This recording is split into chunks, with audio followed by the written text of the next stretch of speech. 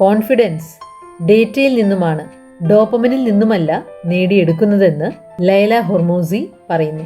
അതായത് കോൺഫിഡൻസ് ഒരു ആവേശം കൊണ്ട് നേടിയെടുക്കാൻ സാധിക്കുന്ന ഒന്ന് അല്ല എന്ന്.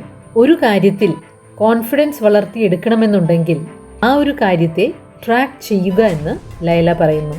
ഉദാഹരണമായി, വണ്ണം കുറയ്ക്കണമെന്ന് ആഗ്രഹിക്കുന്ന ഒരു വ്യക്തി ദിവസവും താൻ എന്ത് കഴിക്കുന്നു, വർക്കൗട്ട് എത്ര ചെയ്യുന്നു എന്നെല്ലാം ദിവസവും ട്രാക്ക് ചെയ്യുക. ചിലപ്പോൾ ഒരു പക്ഷേ ചില ദിവസങ്ങളിൽ കൃത്യമായി ഡയറ്റ് ചെയ്യാൻ അല്ലെങ്കിൽ വർക്കൗട്ട് ചെയ്യാൻ സാധിക്കണമെന്നില്ല.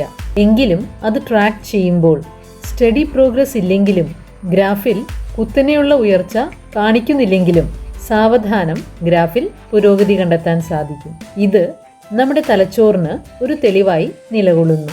കാരണം നമ്മുടെ തലച്ചോറ് ഒരു കാര്യം ചെയ്യാൻ സാധ്യമാണോ എന്നതിന് തെളിവ് അന്വേഷിക്കുന്നു. അങ്ങനെ അത് നമ്മുടെ ആത്മവിശ്വാസം വർദ്ധിപ്പിക്കുന്നു.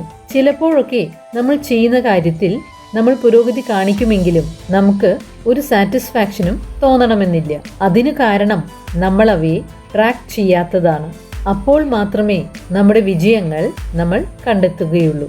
കാരണം നാച്ചുറലായി നമ്മുടെ തലച്ചോറ് നമുക്ക് ചെയ്യാൻ സാധിക്കാത്ത കാര്യങ്ങൾ മാത്രം തിരഞ്ഞെടുത്ത് നമ്മെ കാണിക്കുന്നു, നമ്മെ സുരക്ഷിതരായി നിലനിർത്തുന്നതിനായി. അതുകൊണ്ട് ഏതൊരു കാര്യം ചെയ്യുമ്പോഴും അതിനെ ട്രാക്ക് ചെയ്യാൻ മറക്കരുത്. ഇത് നമ്മുടെ കോൺഫിഡൻസ് വർദ്ധിപ്പിക്കുവാൻ സഹായിക്കുന്നു. കാരണം കോൺഫിഡൻസ് ഉണ്ടാകുന്നത് ഡേറ്റയിൽ നിന്നുമാണ്.